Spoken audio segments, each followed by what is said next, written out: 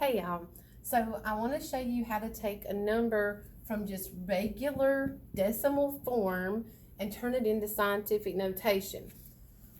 A number can be written in scientific notation if it's a really large number and you're trying to get it to take up less space, or if it's a really small number and you're trying to get it to take up less space.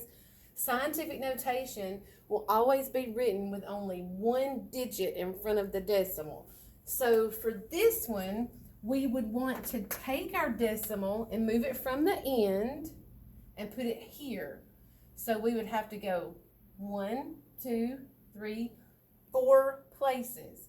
So that would become 5.8 times 10 to the fourth.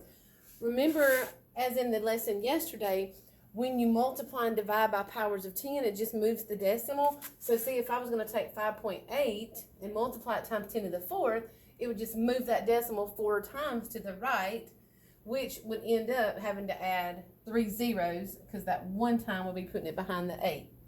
Same thing here.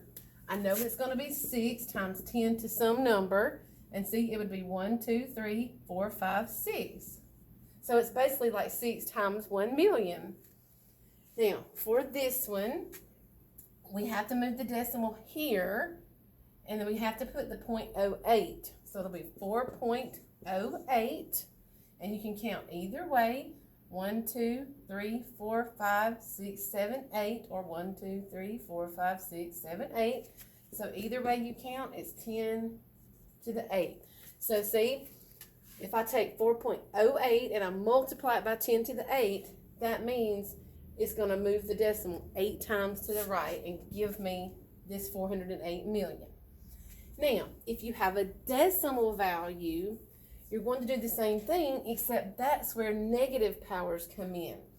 So for this one, I got to move the decimal to be behind this 4. So 1, 2, 3, 4 would make it 4 or 4.0 times 10 to a negative 1, 2, 3, 4. You see? So if you took this and you turned it back into a standard or decimal notation, you would be going 1, 2, 3, 4, which is where those 3 zeros come in.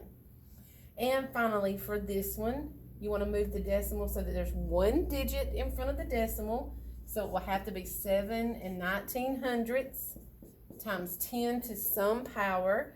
So there's 1, 2, 3 times, but it's negative 3, because when I take it from scientific notation back into decimal form, I would have to move that decimal 3 times to the left. So if you haven't watched already, watch my next video that shows how to go from scientific notation back to decimal or standard notation, but also watch the video that's labeled something Fort Bend Tutoring. It is a very good lesson. I think it won't show up until Thursday though, but be sure to watch it and take notes on it when you get there.